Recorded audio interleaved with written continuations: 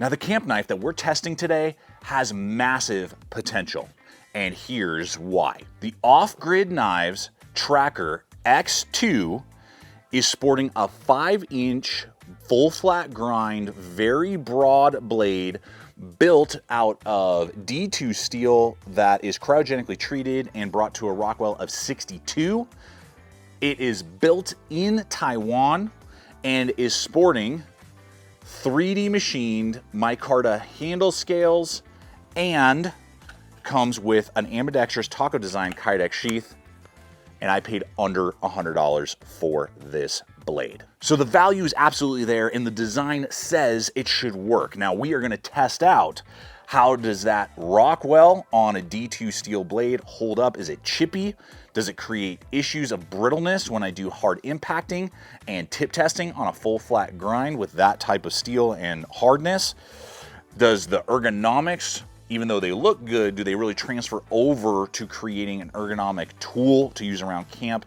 And just ultimately, what does this Off-Grid Tracker X2 really bring to the table? And is it worth throwing in rotation even though it seems like a really good value? That's what we're gonna unpack in today's video. If you're new to the channel, welcome. I'm Aaron, this is Gideonstactical.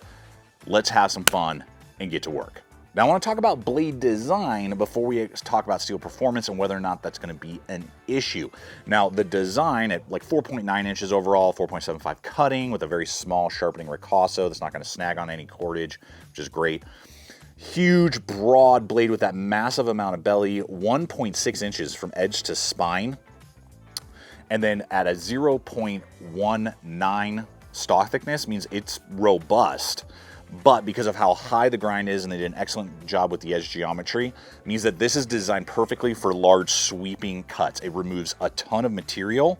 It doesn't bog down, doesn't feel like an overbuilt blade. It really slices well. It would be a great camp kitchen knife to be also used in a harder task. Feather stick making, very easy to do, and large sweeping motions to remove a lot of material on wood. That is really what the blade is designed to do. Cordage, you know, just general utility. The geometry that they chose with the very broad blade really accelerates cuts. And because the tip just has a gradual drop and is pretty blunt, it's obviously not going to be my first choice for, say, like a go bag, bug out bag, or something where I need potentially self-defense rolls. It's just not really intended for that. You can get some, you know, tip work done. You have to change your geometry a little bit, but it's definitely best suited for the outdoors. The benefit for all you dads is, as my boys are getting older and, you know, under supervision, can be using tools, because of kind of the more gradual blunt tip, I can trust them with this and I don't feel as nervous as they're working, you know, with the tools, say, versus like some very aggressively tipped buoy, you know, clip point design blade. So that's just, you know, something if you're thinking about maybe as a gift item for your children, this potentially has that, but also doesn't lag just in, you know, general utility. You can still stab with it, things like that.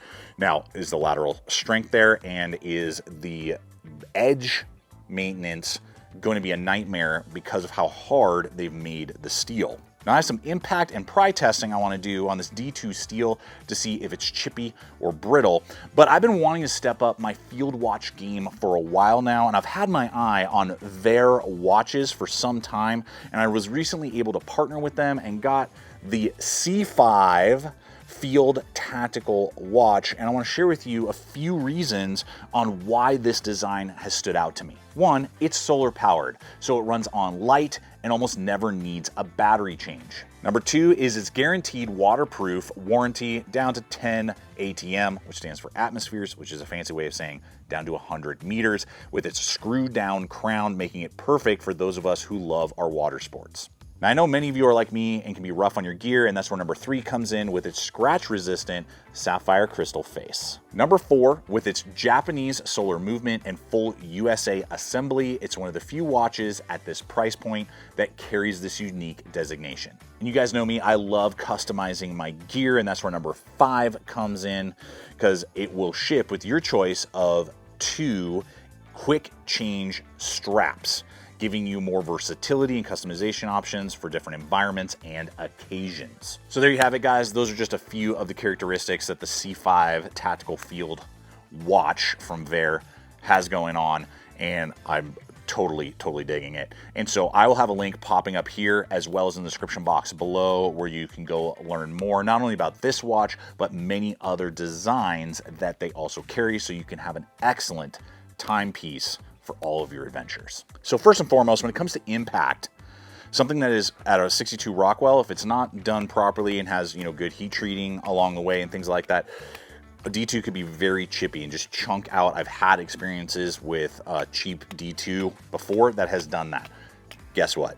I have pounded this blade through tons of logs. We've done a heavy chopping, side splitting, all the things that I would put through like 3V steel, and the edge is superb. I have not resharpened it. It has no chips, no chunks, no toothiness whatsoever.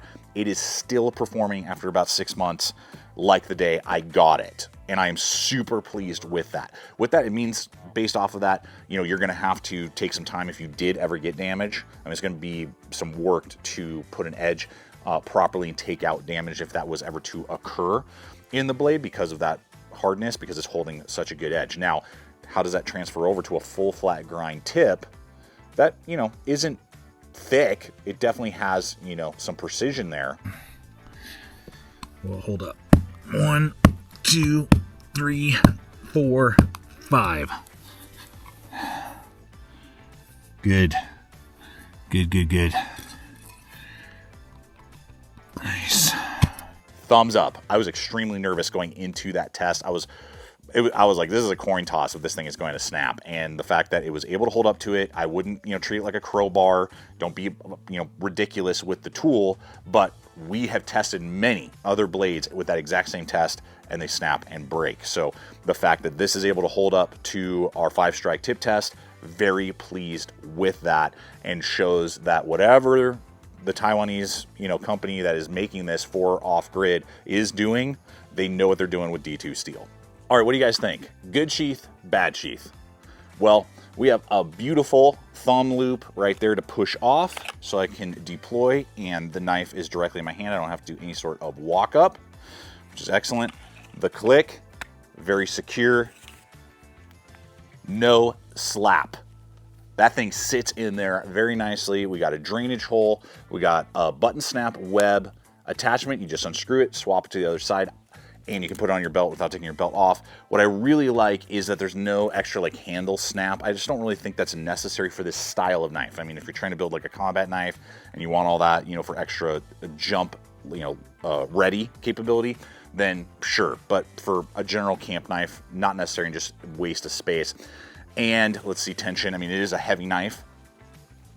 I mean, that ain't coming out. So all of those things coming together, I wish more companies would produce Kydex sheaths like this knife. Now, I have to say, I was really impressed with just the texture and the way it looks and feels on this honeycombed micarta handle scales. Now, just because it looks good and kind of the texture is there doesn't necessarily mean that it feels excellent in the hand. So here's what you need to know. First off, overall length, 4.75 inches overall handle length. The actual cut-in from guard to bird beak, which is what you're actually going to care about where your hand sits, is 3.75. And for some reference, my hand is a size large. That's what I wear for gloves. And I span from knuckle to knuckle across here, 3.25.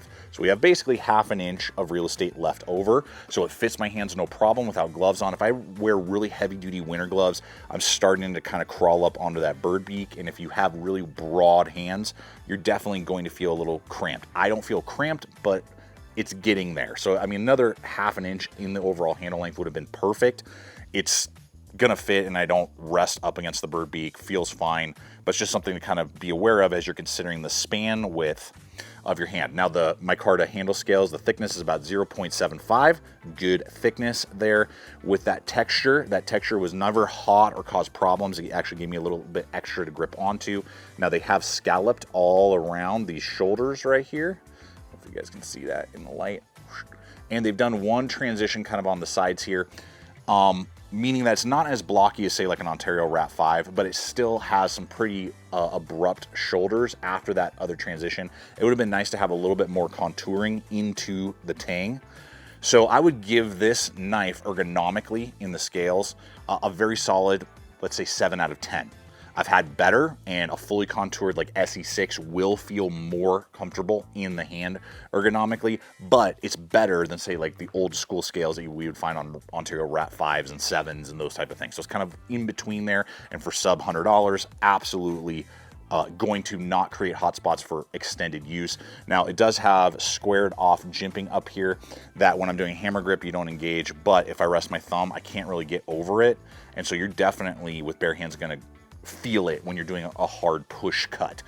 So I mean there's ways around it. You can buff it with a wheel, you know, buffing wheel, or you know, take some light sandpaper to it and kind of like knock off the shoulders a little bit. For the style of knife, the geometry of the guard is plenty to give me, with the micarta, you know, honeycomb, to give me enough grip. It just wasn't needed. If it didn't have that, that would kind of take it up another point, maybe make it 8 out of 10. So those two factors, still very comfortable, very ergonomic, have used it a ton and would continue to use it absolutely without issue. You got that lanyard hole, you got a good bird beak, you know, at just under 10 ounces, you're going to get that light wrist flicking, and then those are torque screws with some cool styling there. So very unique handle profile, and definitely going to get the job done for general utility and camp tasks. So we've seen that this is definitely a high-performing tool. Let's circle back to that value point and give you kind of my final thoughts on where this stacks up in, you know, a camp knife arena. Well, I bought this knife and it was on some crazy sale on Amazon. I've never seen it that low before or after. And I've been keeping an eye on these again for a couple years now at this point. I think I paid like 60, 70 bucks for it. The normal going rate on Amazon or on the off-grid site is going to be between $80 and $90. Just kind of depends on what sales are running and what's available. So for that price point, for Taiwanese made, obviously all the performance that we're seeing out of the blade, I think that is an extremely good value. So I'll have a link popping up to my Amazon store, as well as over to the off-grid site that you can go exploring these, as well as many of their other similar tools. They have similar designs. A lot of them are OEM from Taiwan. Again, a US-based company doing that and creating this type of tool, bringing a lot of value. And I don't really have anything currently in this size range around this price point with this type of steel, and it's going to hold an edge and outperform your 1095 blades regardless of where they're manufactured. So I feel like they're bringing something to the table that makes me definitely want to check out more of their designs. So in the new year, you're going to definitely see some more of them being tested here. And if you're considering this blade or you weren't familiar till now, and you're on that like sub $100 budget, I would definitely recommend it as a very high performing camp knife. That's me and my mileage. I look forward to hearing from you guys what your take is on off-grid knives in general. What has been your experience if you own one in the past? And what do you think about this Tracker X2? Love to hear your guys' thoughts. Appreciate you hanging with me today as we just wrap up the 2024 year and dive into 2025. We got amazing things coming down the pipeline. It's going to be amazing. And I just hope that you guys have a great end of the year. Know that you are valued, you are loved, God cares for you. I just pray God blesses you, and in the new year really shows you your purpose for the year, and that you can accomplish that, and that you just experience His love in a brand new way in 2025. So appreciate you guys. Check out the other videos, subscribe if you haven't. Until next time, always remember to stay equipped, stay prepared, and I'll see you out there.